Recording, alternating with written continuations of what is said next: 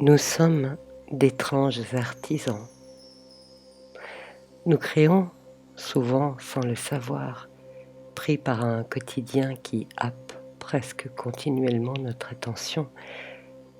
Nous créons de nouveaux savoirs, de nouvelles attitudes, de nouvelles aptitudes. Nous ne faisons pas attention à ce qui vit en nous au plus profond de notre cœur, ni au processus de transformation qui s'y élabore et nous échappe. J'aimerais aujourd'hui vous parler de ce talent que nous n'avons pas encore, ou trop peu, découvert ou exploité. Nous ne le découvrons que trop peu parce que nous traversons notre vie en demi-teinte. L'existence est en fait de joie et de contrainte, de plaisir et de douleur, d'enthousiasme et de dépression. L'être humain se tient sur le chemin de sa vie, comme le funambule sur un fil, en constante quête d'équilibre. Et c'est normal. Seuls les cadavres n'ont pas besoin de trouver leur équilibre. La vie est mouvement, et le mouvement induit, comme la marche, le besoin de retrouver sans cesse notre assiette. La marche est générée par le basculement en avant du corps, ce qui provoque un mouvement de chute rattrapé par la projection d'une jambe vers l'avant, puis compensé par la projection de l'autre jambe à son tour. Un pas nous déséquilibre, le temps de prendre appui sur le pas suivant. Si nous devenons conscients de ce mouvement de la marche, nous laissons notre corps nous enseigner une chose élémentaire. Nous sommes aptes à retrouver notre équilibre, que ce soit au plan physique ou psychique. Nous avons tous les atouts pour maîtriser la loi de la gravité. Même en cas de chute, nous savons nous relever et reprendre notre chemin, chute physique ou chute morale. Or, la vie est faite de dénivelés, d'obstacles, de limitations, d'échecs, de frustrations qui nous arrêtent dans notre élan, nous font tomber ou nous immobilisent. Les coups du sort nous paraissent cruels, souvent injustes, et nous rêvons d'une vie fluide et sereine, sans à-coups, sans défis, sans peine. C'est oublier que tous les aléas de nos existences ne sont que les grains de sable qui nous permettront de créer, puis de polir de magnifiques perles de grande valeur. La nature nous enseigne. Les huîtres sont de curieux coquillages qui, soudés dehors aux aspérités dures et rugueuses, peuvent nous apprendre de surprenantes choses. Vous demanderez sans doute ce qu'un mollusque peut nous enseigner, et pourtant, nous avons en effet le même pouvoir de créer des perles aussi parfaites que ces anodins coquillages. Le caillou dans la chaussure du marcheur est un frein à sa progression. Sans doute le contraint-il à l'arrêt. Nous avons tous un ou plusieurs cailloux dans nos chaussures. Certains ne sont que des grains de sable, d'autres des gravillons, d'autres plus acérés encore blessent comme des clous. Ce sont les aléas de notre vie, les conflits, les échecs, les séparations, les trahisons, les insultes, les coups, les refus. La vie n'est pas toujours tendre, loin s'en faut, Et les temps que nous traversons nous en font éprouver la cruelle réalité. Nous avons le choix de nous arrêter comme le marcheur et de chasser l'intrus, lorsque c'est possible.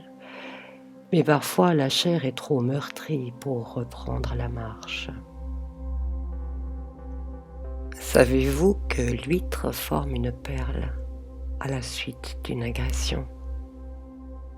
Par un mécanisme naturel d'autodéfense, lorsqu'un corps étranger entre en elle, à l'intérieur de sa coquille, qu'il s'agisse d'une poussière ou d'un grain de sable, l'huître isole l'intrus en formant un kyste fermé, appelé sac perlier, programmé pour reproduire la structure de sa coquille.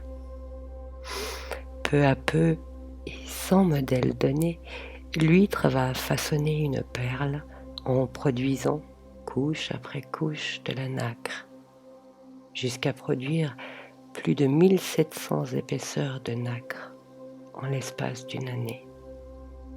Et ce, de façon symétrique, périodique et régulière, afin que la perle offre une rondeur des plus parfaites. Chose étrange, dans tout l'univers, l'huître est un des seuls êtres capables d'un tel travail régulier et périodique, avec une autocorrection qui lui permet d'affiner ou au contraire d'épaissir une couche afin d'en aplanir les irrégularités.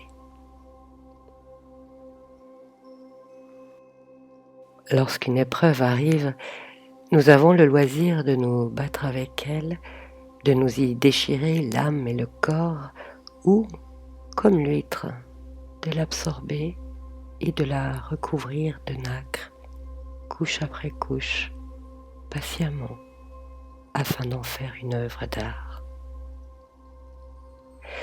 Rien de ce qui nous arrive n'est gratuit, et les injustices les plus criantes le sont afin d'éveiller en nous de nouvelles ressources. Quand bien même nous nous sentons incapables de l'accepter. L'huître ressent peut-être comme cruelle et injuste l'agression d'un corps étranger. Elle en fait pourtant une œuvre d'art. Il en va de même pour nous. Parfois, nous avons la chance de nous en apercevoir au cours de notre existence et parfois nous devons passer le porche de la mort pour nous en rendre compte. Car sous les dehors et les aspérités de nos égaux, la perle peut demeurer invisible durant une vie entière.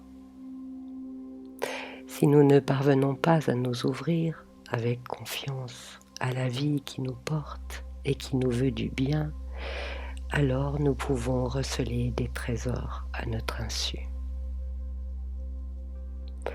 Ne pensez-vous pas que les conséquences de vos douleurs passées ont pu créer une ou plusieurs perles en vous?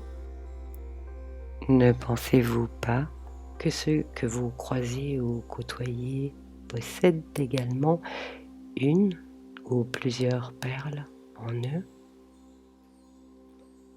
Que gagnerions-nous à demeurer fermés alors que nos plus grandes richesses sont en nous? Et si vous pensez ne porter aucune perle en vous, si vous croyez n'avoir jamais côtoyé qui que ce soit en portant au moins une, c'est que vous n'avez pas encore approfondi votre regard, qu'il n'est pas encore suffisamment pénétrant pour voir au cœur de votre cœur, au cœur de son cœur.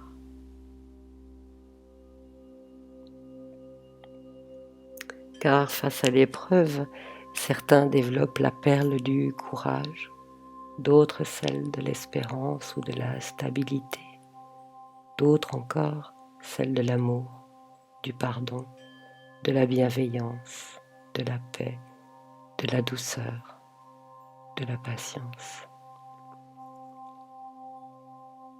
Regardez en vous le nombre de perles que vous avez déjà façonnées et considérez toutes celles que vous êtes en train de façonner dans les jours d'aujourd'hui, afin que, vous réjouissant de découvrir leur chatoiement à l'avenir, vous traversiez ces temps particuliers avec joie et sérénité, dans la confiance de votre destinée.